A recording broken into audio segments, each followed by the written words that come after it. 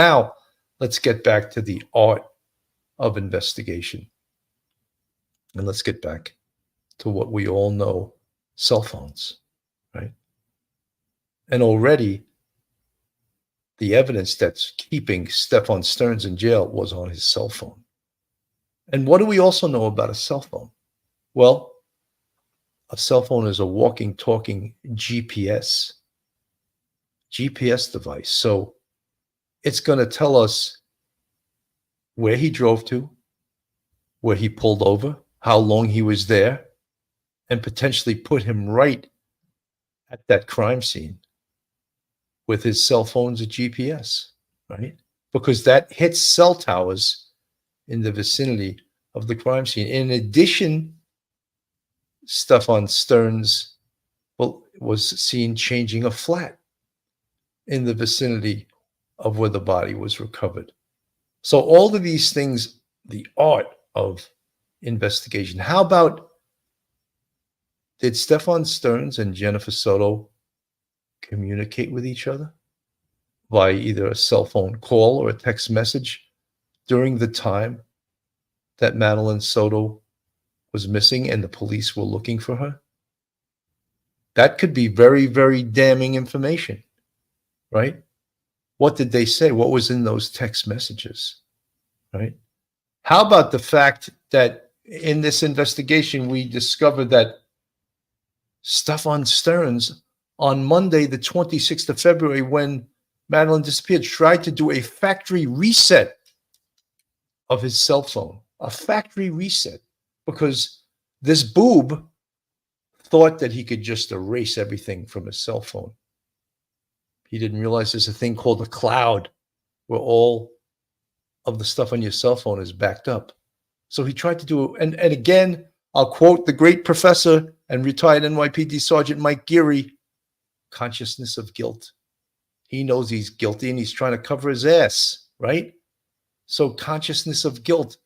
So what did the police do during the investigation? They ask him very smartly, and this takes, I'll use a Yiddish word that I hear all the time, schmooze.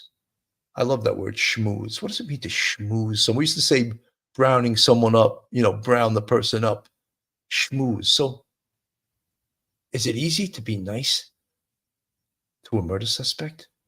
Is it easy to be nice to someone you think just killed a 13-year-old girl? Is it easy? No, but guess what? You're a professional. You're a detective. And this is a game of wits. And it's not a game, but it is wits. So let's match wits with this guy. Stephan, do you mind if we take a look inside your cell phone? And what does he say, being the consciousness of guilt man that he is? He figures everything's gone. Yeah, go ahead. Go look through my phone. And what do they discover? And I don't know if when they looked through it, they took it to someone that was a phone expert, and they brought it into and used some kind of search technology on the phone and recovered these images, or they were just still there for the layman like myself to go through someone's phone and look at pictures or something like that. So we don't know, but we know they did it, and that's what gave them probable cause against him. What else is on his phone then? Text messages. And I can't wait to hear if there were an exchange of communication between Stephan Sterns and Jennifer Soto during the time that Madeline was missing. How powerful would that be if, in fact, there was? Penny C from the chat. I think he took her home too. Either mom lied about seeing Mads or she helped with his alibi. She lied about seeing her dressed in the morning, didn't even give Creep the side eye when telling a story. Penny C, you know something? People that lie, they always get caught up in their lies, most of the time, people that aren't used to lying, sometimes there's professional liars, like some criminals are like professional. And the reason they can lie so easily is because they believe their own lies. They believe what they're saying. So we need to create this timeline. And it sounds So simple to us, doesn't it?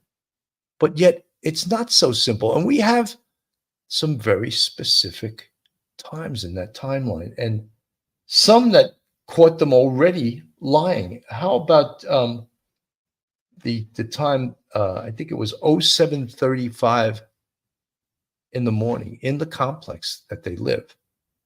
That Stephan Sterns was viewed on video camera from the complex, throwing Madeline's laptop, her school laptop, and her backpack into a dumpster on the property of the complex. How is that as a timestamp? Pretty damn good, right? Pretty damn good timestamp that this dope with his mugshot there is seen in the complex throwing out Madeline's backpack and Madeline's school laptop. There's also something called a high-level technology, something called geofencing. And geofencing is a high-level technology that in a very specific area at a very specific time, it can pull up all electronic devices that are being used in a specific area. It's so, it's such a really a scary thing to think that our government has the ability to do that. Yet it's a huge investigative resource and tool in cases like this to pull up his phone. Where was he going? And where did he pull over? And that's all backed up. We talk about redundancy, the GPS hitting cell sites, and how long did he pull over?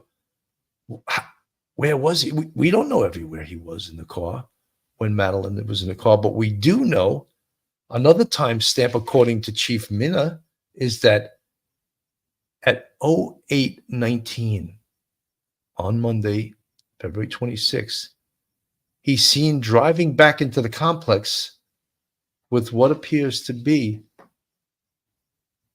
a dead Madeline inside his car.